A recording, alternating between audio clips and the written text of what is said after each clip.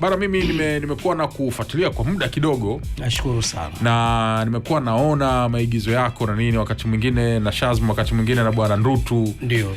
Familia yenu mmekuwa mnatupa zile nani za, lakini historically kidogo nikawa sijakupata. Yani nimekuwa naona tu mitandaoni na nini, lakini najua kama mshaye kulizidi filamu na nini, unajua. Wala kidogo leo tupatane kabla ya kufika hapa ambako sasa hivi ndo mmekuwa mnatuburudisha sana.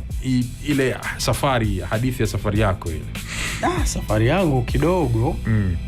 Unajua sisi mimi naamini asilimia kubwa ya Watanzania hawanaga safari ya mafanikio nyepesi. Na pia inachagizwa na namna familia tunazotoka. Zenyewe pia ni ngumu. Kwa hata support kidogo, yani huna wa kukushika. Kwa hiyo kwanza wazazi wa zamani waliamini kusoma na kupata kazi serikalini ndo maisha. Yani hamna maisha nje hapo. Sahihi. Kwa hiyo mimi babangu alikuwa askari, alifariki. Okay, pole. Alikuwa mwanajeshi. Sasa wale kuna namna fulani wanalea watoto wao. Yani unalelewa kwenye, yani akisema hata kama ni utaki kujibu baba hii ni unataka kumwambia ni kweli alafu ndo kamueleweshe kwamba hii ni Kwa hiyo kuna nidhamu fulani hivi kubwa inatengenezwa kuanzia nyumbani. Kwa hiyo wakati naanza issue za sanaa, zamani wanatu inspire kina Mzee Jangala, wanakuja kule na vikundi vyao. Kipindi hicho sisi ni watoto. Sikukuu za mashujaa hizi walikuwa wanafanyia kule, kwa sababu sisi tumekulia huko makambini. Okay. Kwa hiyo sasa mimi nikajikuta napenda, navutia kwa sababu nilikuwa na utundu fulani. Okay. Kwa hiyo nikawa naona vile vitu napenda. Sasa baada ya kumaliza shule na mimi mwenyewe naona mbona kama huku kuna kitu kinaniita huku. Sure. Nikajikuta sasa naanza kuingia kwenye sanaa, ndo nikaanza kukorofishana na mzee hapa. Kwamba yeye hataki, yani kuna anachokiamini juu yako wewe. Alafu wewe unaona kuna njia yako unaiona nyingine tofauti na anayo iwasae. Ndio mzee askari.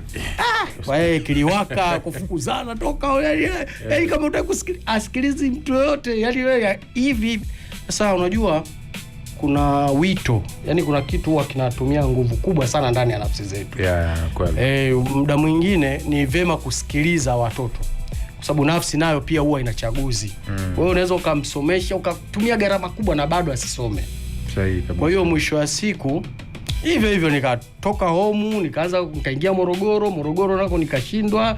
Ndio safari ya kuja Dar Kibaha hapo nikapalanganya miaka kama mwezi hivi. Pale nikapata changamoto fulani, nikaekwa ndani na nikaona sasa nilivyotoka tu siku hiyo da. Sasa bahati nzuri nikafikia kwa babu yangu Msasani, anaitwa Mzee Musa, ni marehemu pia, naye tumezika. Pole sana. Kule Msasani siku hiyo tunaenda kutembea Koko, nikaona tangazo la kwamba kuna kikundi kinahitaji wasanii kiko Makumbusho. Kuna rafiki yangu mmoja au ndugu yangu anaitwa Hussein wa Maiwa, almaarufu yule bwana alikuwa anaitwa Kiwembe au Busara, alikuwa na kundi lake linaitwa Dhahabu hapo Makumbusho nilivyoona, yani mimi nilivyoona tu kile kitu, nikarudi kwa mzee babu. Sasa bwana, mimi nataka nikajiunge leo ni jioni saa 12. Sasa kanisa sasa hizi unawapata wapi? Hapo ameelekeza ni Makumbusho, namba za simu hizi hapa, chukua. Ikabidi tuchukue na mzee kupiga, akamwambia basi njoni kesho, yani 2002. Long time. Kweli tukaenda pale tukakutana na uongozi. Mabwana wale wakasema bwana, sisi hata kama hujawahi hapa kuna interview. Nikasema sawa, ila mimi ninachokumbuka nilishapita mashuleni na wapi. Kweli baada ya ile zoezi nikawa mimi ni miongoni mwa wanafunzi waliopita. Ndio safari yangu ya sanaa nikaianzishia pale. Kwa kutoka pale nako mambo yakaenda. Unajua zamani kundi likiwa kubwa kulimanage kama una pesa nayo ni changamoto. Likavunjika, mimi nikatoka nikaja nikaenda Vituko Show. Nako nikakaa kule kwa muda kama mwaka hivi. Ndio nikakutana na ndugu yangu mmoja anaitwa Kanyinyi. Alikuwa yupo kwa Joti.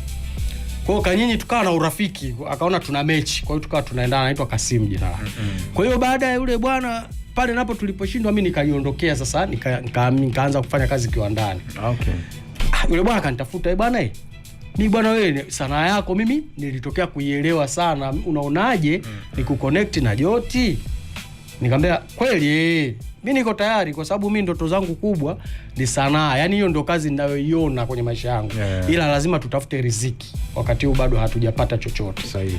Kwa hiyo kweli baada ya yule bwana kunikutanisha na Joti, nashukuru Mungu Joti akaja akanielewa, akasema bwana bro, tunaweza tukafanya kitu taratibu. Kweli Mungu si Asumani, clip ya kwanza ikabutua, ya pili akasema sasa tunaingia mkataba, tunafanya kazi. Safari yangu kwa ukweli kuna vingi vinaruka, hatuwezi tukazungumza kila hata nilipojichoma mwiba nilipofanyaje hivi hatuwezi tukazungumza.